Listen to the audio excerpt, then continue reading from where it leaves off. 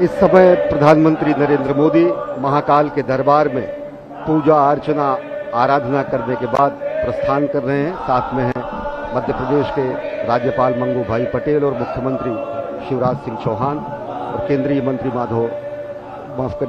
ज्योतिरादित्य सिंधिया। और विलक्षण क्षण, एक असाधारण, अद्भुत और अलौकिक और अकल्पनीय क्षण समूची विश्व मानवता के लिए, क्योंकि एक स्वप्नद्रष्टा के साधना का ये फल आज पूरी दुनिया देखेगी। एक राष्ट्र सेवक की साधना का कर्मफल भी आज दुनिया देखेगी। कर्मयोगी ने अभी आदियोगी को अपनी कार्यांजलि और पुष्पांजलि अर्पित की है। इसके बाद राष्ट्र सेवक समूचे राष्ट्र और मानवता को कार्यांजलि भी प्रस्तुत करेंगे, जब वो महाकाल के लोक का लोकार्पण करेंगे, विश्वार्पण करेंगे। और इस समय प्रधानमंत्री नरेंद्र मोदी सनातन संस्कृति के संवाहक के रूप में, जननायक के रूप में, राष्ट्रनायक के रूप में, भारतीयता के ध्वजवाहक के रूप में महाकाल के दरबार में पहुंचे हैं और पूजा अर्चना कर अब यहां से महालोक के लोकार्पण के लिए प्रस्थान कर रहे हैं। इस वक्त जो आप दृश्य देख रहे हैं, आपने एक चीज महसूस की होगी कि प्रधानमंत्री नीचे महाकालेश्वर के शिवलिंग से ऊपर आए हैं। ये बहुत ही समझने की बात है कि ये जो शिवलिंग है वो धरती के नीचे विद्यमान है। ये पूरा का पूरा अभी शिखर जो आपने दर्शन किया, उसके ऊपर सबसे ऊपर नाग चंद्रेश्वर भगवान विराजमान हैं और उसके बीच में ओंकारेश्वर भगवान और सबसे नीचे महाकालेश्वर भगवान विद्यमान हैं। ये शिखर का अद्भुत दर्शन, कहते हैं कि शिखर के दर्शन से ही ज्योतिर्लिंग के दर्शन का फल प्राप्त होता है। और इस पूरे विश्वास के साथ आप इस दृश्य का दर्शन कर सकते हैं कि आपको भगवान श्री महाकालेश्वर के दर्शन का ही फल प्राप्त हो रहा है मात्र शिखर दर्शन से। सबसे ऊपर नाग चंद्रेश्वर, जहां पर सिर्फ और सिर्फ एक बार नाग पंचमी के दिन भक्तों को विग्रह के दर्शन होते हैं। उसके नीचे यानी मध्य में ओंकारेश्वर महादेव विराजमान और सबसे नीचे स्वयंभू महाकालेश्वर विद्यमान। ब्रह्मांड का एक अनोखा दृश्य, ब्रह्मांड का एक अनोखा ज्योतिर्लिंग जिसका दर्शन इस वक्त आप कर रहे हैं। ये ऐसा अद्भुत स्थान जहां पर एक नहीं 84 शिवलिंग विद्यमान है, अष्टभैरव विद्यमान है, 11 रुद्र विद्यमान है, 12 आदित्य विद्यमान है, 6 गणेश और 24 देवियां इस प्रांगण में विद्यमान हैं। क्षिप्रा, नीलगंगा, नव नदी और गंधवती, ये 4 पुण्य सलिला अत्यंत पवित्र नदियां यहां पर विद्यमान हैं। देवमंडल तीर्थ एक योजन में विस्तार प्राप्त करता है। एक योजन मतलब समझे आप करीब 12 किलोमीटर की परिधि, जिसको कहा जाता है कि ये स्वयंभू ज्योतिर्लिंग का परिधि। ब्रह्मा विष्णु साक्षात यहाँ पर विद्यमान है, भगवान शिव तो विद्यमान है ही हैं। भगवान विष्णु कहा जाता है यहाँ पर 10 नामों में से 10 विग्रह के रूप में विद्यमान है और स्वयं इस अवंतिका को विष्णुपादा कहा जाता है, यानी भगवान श्री विष्णु के पद चिन्ह के रूप में इसे माना जाता है। और ये 10 विग्रह जो नारायण यहाँ पर विद्यमान हैं, उनके नाम लेने से, नाम के श्रवण करने से भी अत्यंत पाप नाशन की ये जो नाम है वो बहुत ही पवित्र माने जाते हैं और वो नाम श्रवण करना बहुत आवश्यक हो जाता है इस मंदिर के परिसर से। वो नाम है वासुदेव, अनंत, बलराम, जनार्दन, नारायण, ऋषिकेश, वाराह, धरणीधर, वामन और शेषशायी।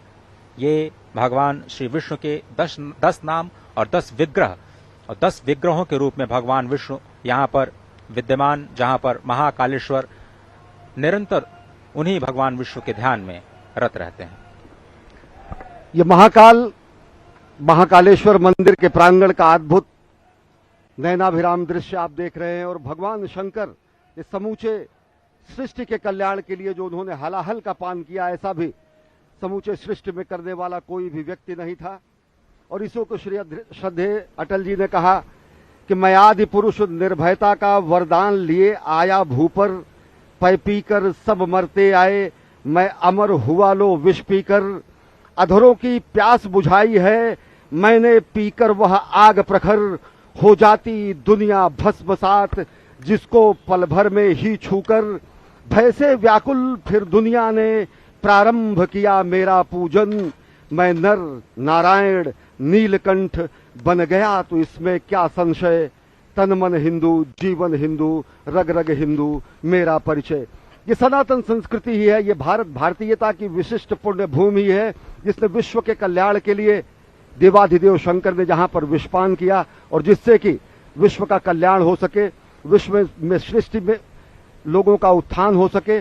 और जब विलक्षण ऐसे विश्व के कल्याण के लिए अपने अस्थियों का भी दान करने वाले महापुरुष यहां हुए, यहां पर अनेकानेक सिद्धांतों का मानवतावाद के संकेंद्र के रूप में अनेक मनीषियों ने अपना जीवन तर्पण कर दिया। तो आज इसी उज्जैन की पुण्य भूमि पर प्रधानमंत्री नरेंद्र मोदी पधारे हैं। वो उज्जैन की भूमि जो कि महाराजा विक्रमादित्य के न्याय की भूमि है, जो वाराह मिहिर के अनुसंधान की भूमि है, जो वाण भट्ट के तपश्चर्या की भूमि है, जो भगवान श्री कृष्ण के अध्ययन की भूमि है। संदीपनी आश्रम यहीं पर है और निश्चित तौर से धरती का नाभिकेंद्र कहा जाने वाला उज्जैन आज एक और आयाम अपने में जोड़ने जा रहा है, क्योंकि महाकाल के दरबार में पूजा अर्चना के बाद अब प्रधानमंत्री नरेंद्र मोदी प्रस्थान कर चुके हैं महाकाल के लोक का महालोकार्पण करने के लिए, जो कि अपने में विलक्षण है, अद्भुत है और साथ ही साथ समूची भारतीयता को अपने में समेटे है। इसके बाद आप देखेंगे कि किस तरीके से आज उज्जैन की श्री में, आज उज्जैन की सौंदर्य में, आज उज्जैन की महिमा में, आज उज्जैन की गरिमा में एक नया आयाम जुड़ने जा रहा है, जब प्रधानमंत्री नरेंद्र मोदी महालोक के लोक का महालोकार्पण करेंगे।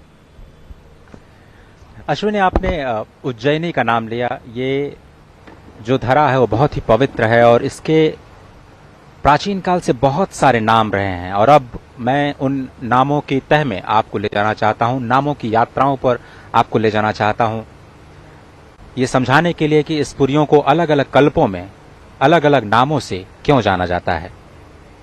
इस पुरी को कनक श्रृंगा के नाम से जाना जाता है। कहा जाता है कि सबसे पहले यहाँ पर भगवान विष्णु स्थित थे और उनके दर्शन के लिए भगवान ब्रह्मा और भगवान शिव यहाँ पर पधारे। तो यहाँ पर उनको स्वर्ण के शिखरों का दर्शन हुआ, तो स्वयं भगवान विष्णु ने इस धरा को कनक श्रृंगा का नाम दे दिया।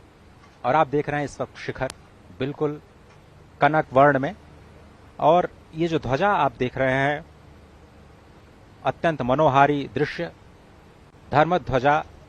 और ऐसी भी रिपोर्ट्स हैं कि